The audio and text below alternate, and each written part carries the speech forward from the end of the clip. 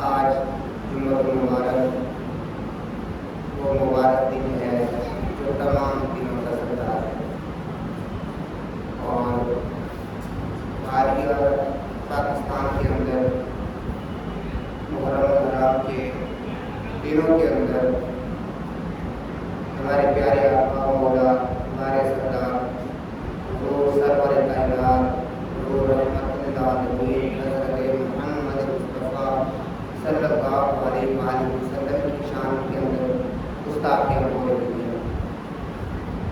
تقریباً 11 محرم الحرام پاکستان کا نیوز چینل جیو، جس نے سفر عشق کے نام سے ایک سیریز ریلیز کی، ایک ویڈیو دی، جس کے اندر اس نے حضور علیہ السلام کا خاکہ بنایا۔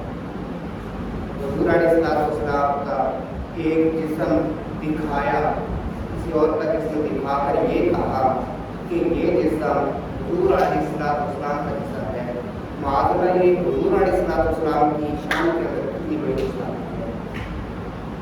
آج سے کچھ عرصہ پہلے یہ کام فرانس کرنے والا تھا، جس نے حضور علیہ السلام کے خاکے شائع کرنے تھے، لیکن مسلمانوں کا دباؤ اس قدر تھا کہ اس فرانس کے ملک کو جو تمام کے تمام ہے غیر مسلم، جو مسلمانوں کا دشمن ہے، وہ بھی یہ جرأت نہ کر سکا کہ ہمارے نبی کی شان کے اندر ہمارے نبی کے جسم جیسا کوئی جسم بنائے۔ اللہ اکبر، وہ تو نہ کر سکا، لیکن پاکستان کے اندر ایک نیوز چینل نے اتنی گھٹیا ترین حرکت کی کہ اس نے حضور علیہ السلام کی شان کے اندر حضور علیہ السلام کا جسم مبارک بنا کر یوں پیش کیا کہ حضور علیہ السلام کی جسم مبارک ہے۔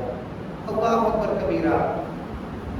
لوگ کہتے ہیں کہ اس نے صرف ایک تشبیہ دی، یہ کہا کہ حضور علیہ السلام اپنی زندگی کو اس طرح سے گزارتے تھے۔ میں نے کہا کہ جیسے مرضی کہے، حضور علیہ السلام کے خاکے اس نے بنائے، یہ صراحتاً حضور علیہ السلام کی گستاخی ہے۔ اللہ اکبر کبیرہ۔ ایک حدیث مبارکہ سنیے، آپ کو بات سمجھ آ جائے گی۔ ایک صحابی رسول حضور علیہ السلام کے ساتھ کھڑے تھے، میرے آقا صلی اللہ علیہ وسلم چلے گئے اور صحابی بتا رہے ہیں، حضور کا عمل بتا رہے ہیں، اور اس طرح سے بتا رہے ہیں جس طرح سے حضور نے ان کو بتایا۔ وہ صحابی کیا کہتے ہیں کہ اے لوگوں، میں تمہیں کر کے بتا رہا ہوں، لیکن یہ نہ سمجھنا میرے ہاتھ حضور کے ہاتھ جیسے نہیں، میرا جسم حضور کے جسم جیسا نہیں، میرا منہ حضور کے منہ جیسا نہیں، میری زبان حضور کے زبان جیسی نہیں، میرے پاؤں حضور کے پاؤں جیسے نہیں۔ جب صحابہ حضور علیہ السلام کی بھی صلی نہ بنا سکے، جب صحابہ حضور علیہ السلام کی تشبیہ نہ دے سکے، آج کا کوئی خنزیر اگر پاکستان کے اندر رہتے ہوئے اس قسم کی حرکت کرتا ہے تو اداروں کو چاہیے کہ ایسے لوگوں کو لگام ڈالے۔ یہ نہ ہو پاکستان پہلے بھی بہت ساری مصیبتوں کے اندر گرا ہوا ہے، یہ نہ ہو کہ ایک اور فتنہ جو ہے وہ سر اٹھا لے۔ اور صرف بات یہاں تک نہیں رہی، سب سے پہلے انہوں نے ڈائریکٹ حضور علیہ السلام کی شان کے اندر گستاخی نہیں کی، بلکہ سب سے پہلے انہوں نے صحابہ کرام کی شانوں کے اندر گستاخیاں کی۔ جب صحابہ کرام کی شان کے اندر گستاخیاں کی اور ان کی پکڑ نہ ہوئی، پھر انہوں نے اہل بیت کی شانوں کے اندر گستاخی شروع کر دی۔ معاذ اللہ، حضرت امام حسین کے مقابلے پہ یزید کو رضی اللہ تعالیٰ عنہ کہا جانے لگا، اور یہ کہا جانے لگا کہ امام حسین باغی تھے، انہوں نے حکومت کے خلاف بغاوت کی۔ جب ان کی یہ پکڑ اس بات پر بھی نہ ہوئی، پھر انہوں نے ایک سٹیپ اور آگے بڑھے، حضرت عمر فاروق رضی اللہ تعالیٰ عنہ کی شان کے اندر گستاخیاں شروع کر دی۔ پہلے چھپ کر کرتے تھے، پھر سوشل میڈیا کا زمانہ آیا، انہوں نے حضرت عمر کی شان کے اندر گستاخیاں شروع کر دی، حضرت ابوبکر صدیق کی شانوں کے اندر گستاخیاں شروع کر دی۔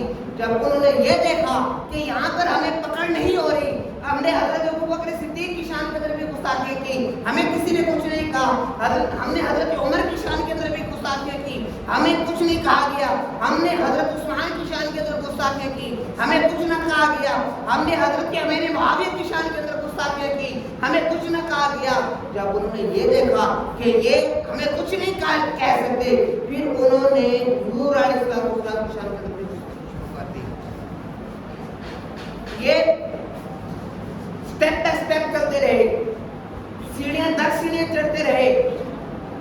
اور خدا کی قسم، امام احمد بن حنبل رضی اللہ تعالیٰ عنہ، ان سے کسی نے پوچھا کہ اے امام، اگر کسی ملک کے اندر حضور علیہ السلام کی شان کے اندر گستاخی ہو تو امت کیا کرے؟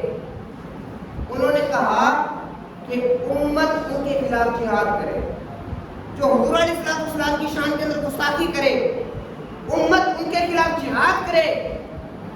تو پھر اس نے پوچھا کہ اے امام، اگر امت جہاد نہ کر سکے تو پھر کیا کرے؟ تو امام نے کہا کہ ایسی امت کو ڈوب کے مر جانا چاہیے کہ ان کے ہوتے ہوئے